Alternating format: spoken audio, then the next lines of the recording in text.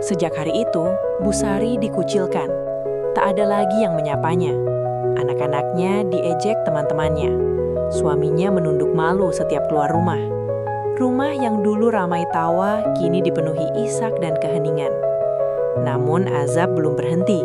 Setiap malam, Bu Sari merasakan panas di perutnya, seperti terbakar dari dalam. Dokter tak menemukan penyakit jelas, obat apapun tak mempan. Ia hanya bisa meringkuk, menahan sakit sambil mengingat dosa-dosanya. Assalamualaikum warahmatullahi wabarakatuh. Halo para penonton setia, terima kasih sudah hadir dan meluangkan waktu. Semoga kisah yang akan kita dengarkan hari ini menjadi pengingat berharga agar kita selalu jujur dalam mencari rezeki dan takut kepada azab Allah yang Maha mengetahui segala sesuatu, baik yang tampak maupun tersembunyi. Di sebuah kampung padat penduduk, hiduplah seorang ibu bernama Bu Sari, penjual kerupuk yang terkenal ramai pembeli. Setiap pagi, gerobaknya selalu dikerumuni warga. Ia mengaku menjual kerupuk kulit sapi asli, gurih, dan renyah. Banyak pelanggan yang percaya karena Bu Sari dikenal ramah, rajin ke pengajian, dan pandai berkata manis. Namun di balik senyum dan kerudung yang rapi, tersimpan kebohongan besar. Kerupuk yang dijual Bu Sari bukan dari kulit sapi, melainkan kulit babi yang ia beli jauh lebih murah dari pemasok gelap di luar kota. Ia berdalih dalam hati, "Yang penting aku tidak bilang apa-apa." Mereka juga tidak bertanya. Setiap lembar uang yang masuk ke sakunya terasa ringan dan cepat bertambah. Keuntungan berlipat membuat Bu Sari mulai hidup lebih mewah. Ia memperbaiki rumah, membeli perhiasan, dan memamerkan keberhasilannya pada tetangga. Ketika ada yang bertanya soal kehalalan barang dagangannya, Bu Sari tersenyum dan berkata, "Insya Allah halal, Bu, dari sapi pilihan." Padahal hatinya mulai gelisah. Setiap malam, suara minyak panas dan bau kulit goreng seolah berubah menjadi bisikan dosa yang mengikutinya ke dalam tidur. Tapi Bu Sari memilih menutup telinga. Ia tak tahu, azab sudah mulai mengintainya permahan. Keuntungan haram yang membutakan hati. Hari demi hari, dagangan Bu Sari semakin laris. Pelanggannya bukan hanya warga kampung, tapi juga warung-warung kecil dan pedagang keliling yang membeli dalam jumlah besar. Nama Bu Sari dikenal sebagai penjual kerupuk paling enak dan murah. Pujian itu membuat dadanya membusung, sementara nuraninya semakin tercekik. Dengan uang haram itu, Bu Sari mulai berubah. Ia menjadi sombong dan mudah marah. Jika ada tetangga yang berhutang, ia menolak dengan kasar. "Dulu aku miskin, tidak ada yang bantu," katanya. Padahal ia lupa, rezekinya sekarang dibangun di atas kebohongan dan penipuan. Suatu hari, seorang ustadz kampung membeli kerupuk darinya. Setelah mencicipi, sang ustadz bertanya dengan hati-hati, "Bu Sari, ini benar kulit sapi ya?" Pertanyaan sederhana itu membuat wajah Bu Sari tegang sejenak. Namun ia cepat tersenyum dan menjawab, "Tentu saja Pak Ustadz, saya takut dosa." Ustadz itu mengangguk tapi hatinya ragu. Ada aroma dan tekstur yang terasa berbeda. Ia pun mengingatkan, rezeki halal walau sedikit lebih berkah daripada banyak tapi haram. Kata-kata itu menusuk, namun Bu Sari menganggapnya angin lalu. Di rumah, anak Bu Sari mulai sering sakit tanpa sebab jelas. Tubuhnya panas lalu dingin, menangis di malam hari. Bu Sari mengeluh, menyalahkan kelelahan dan cuaca. Ia tak pernah mengaitkannya dengan sumber makanan dan rezeki yang ia bawa pulang setiap hari. Setiap menghitung uang hasil jualan, Bu Sari merasa tenang sesaat. Tapi saat malam tiba, mimpi buruk datang. Ia bermimpi dikejar api, kulit-kulit kerupuk berubah menjadi wajah manusia yang menatapnya marah. Ia terbangun dengan keringat dingin, lalu beristighfar sebentar sebelum kembali mengulangi dosanya keesokan hari. Tanda-tanda azab mulai terlihat. Peringatan Allah tidak datang tiba-tiba. Ia datang pelan, memberi waktu bagi hambanya untuk sadar. Namun Bu Sari terus menutup mata. Gerobaknya kini semakin besar. Bahkan ia mempekerjakan orang lain untuk menggoreng kerupuk dalam jumlah banyak.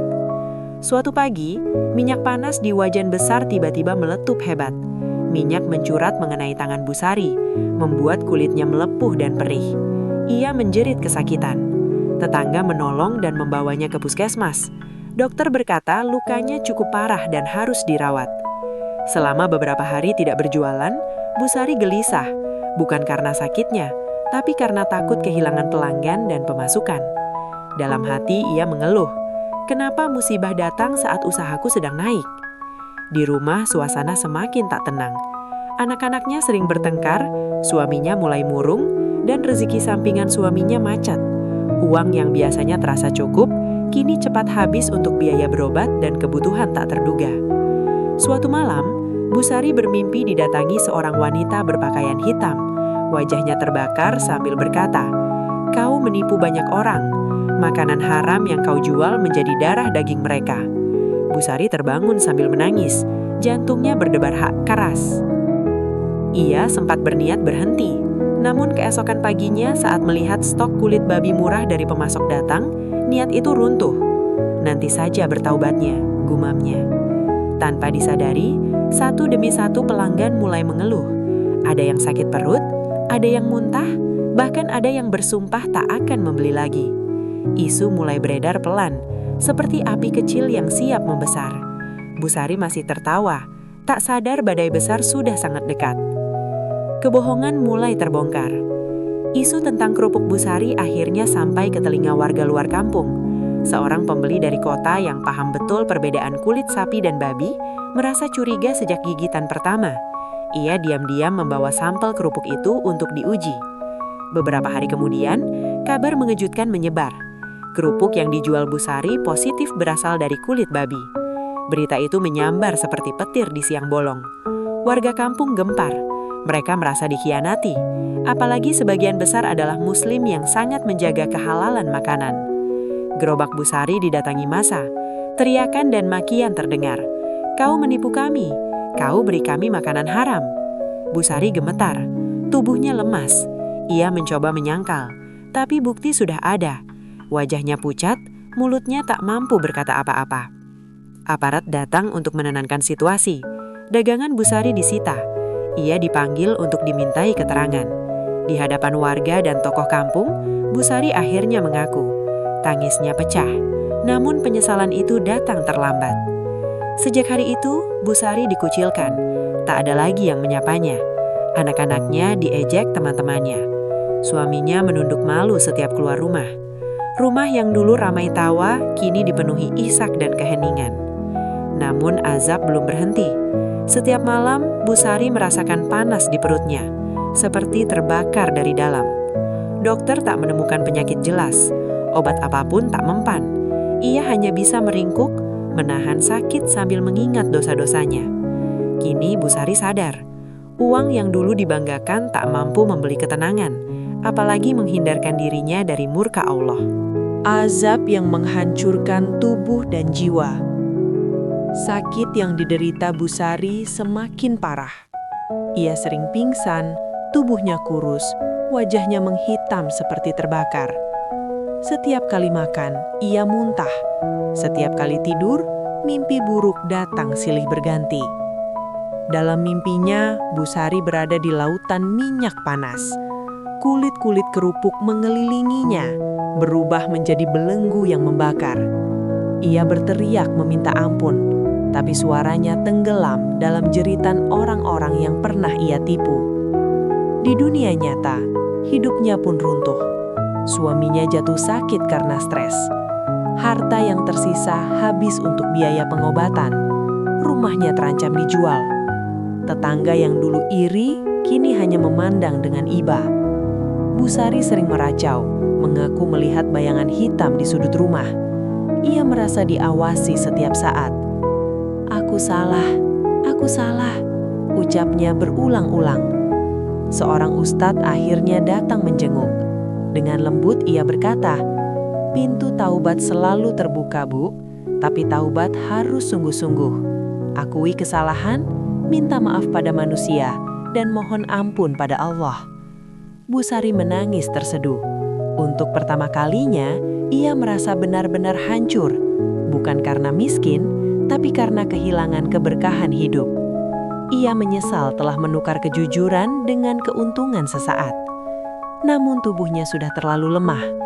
Azab yang ia rasakan menjadi pengingat nyata bahwa dosa yang menyangkut hak banyak orang tidak akan ringan balasannya. Penyesalan yang terlambat.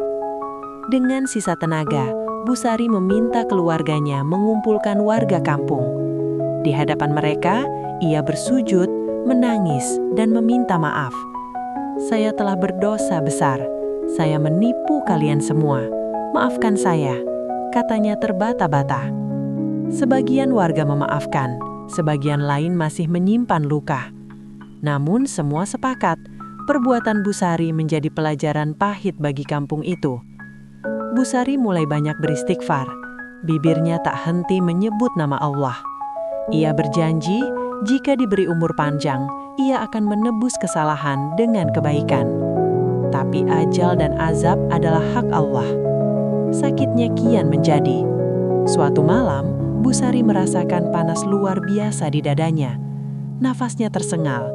Ia menggenggam tangan suaminya sambil berbisik, "Jangan ulangi kesalahanku. Cari rezeki yang halal." Air mata jatuh membasahi pantal. Tak lama kemudian, tubuhnya kaku.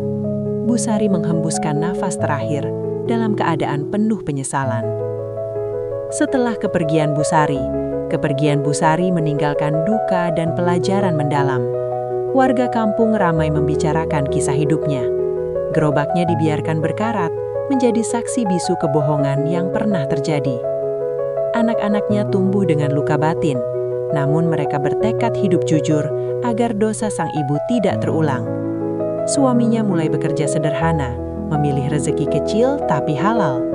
Setiap kali ada pedagang baru di kampung itu, kisah Busari selalu diceritakan. Bukan untuk membuka aib, tapi sebagai peringatan bahwa menipu soal makanan, apalagi yang haram, adalah dosa besar. Pesan moral untuk penonton. Kisah Busari mengajarkan kita bahwa rezeki haram tidak pernah membawa kebahagiaan sejati. Ia mungkin terasa manis di awal, tapi pahit dan menyiksa di akhir. Allah Maha melihat, tak ada kebohongan yang benar-benar tersembunyi. Jika bukan di dunia, maka di akhirat azab itu pasti menanti. Semoga kisah ini menjadi pengingat bagi kita semua untuk selalu jujur, amanah, dan takut kepada Allah dalam setiap usaha yang kita jalani. Karena keberkahan hidup bukan diukur dari banyaknya harta, tapi dari halalnya rezeki dan tenangnya hati. Aku